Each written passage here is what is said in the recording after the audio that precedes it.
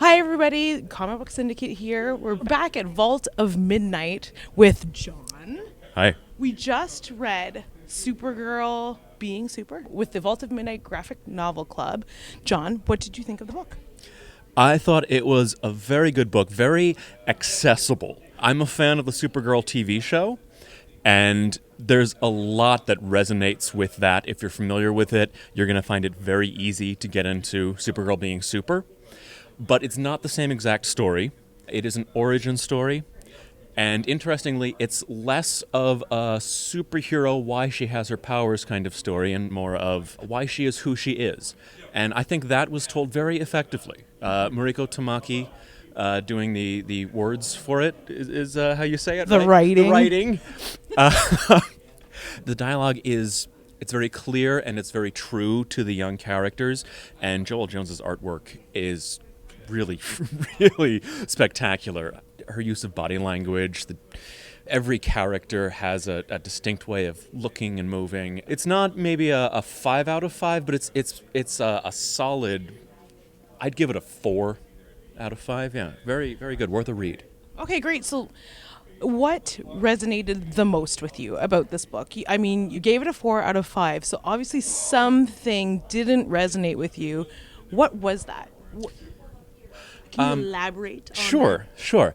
I found that while the human aspects of the story were very well told, very well executed, when it moved more into the familiar fantastical sci-fi kind of realm of superheroes, it didn't quite land as well, and that was a bit jarring. Can you give us a specific A example? specific example? Sure.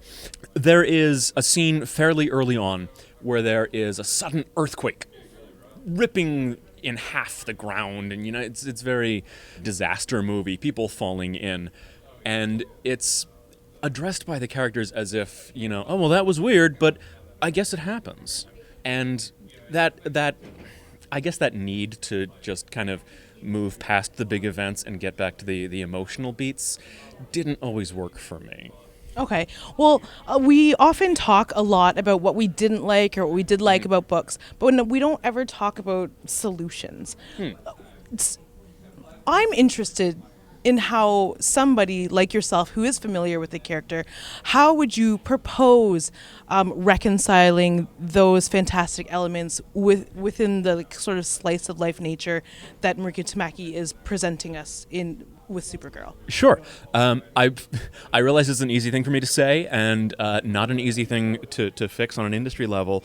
I wish they had had more room because they wanted to slow down so much to give the reactions of the main character, especially of Kara. And I wish they had had more room to give other minor characters a chance to react to what had happened rather than seem to move about their day. I as well felt like there could have been room to expand. Like I was just kind of peering in on two sort of stories unfolding, and then it was quickly closed because it only exists as one collected trade now. Who would you recommend this to? As I said, anybody who likes a TV show will find something to like in it. A lot of the tone is similar. We can very much see Melissa Benoist's take on the character, hitting these beats, saying these lines.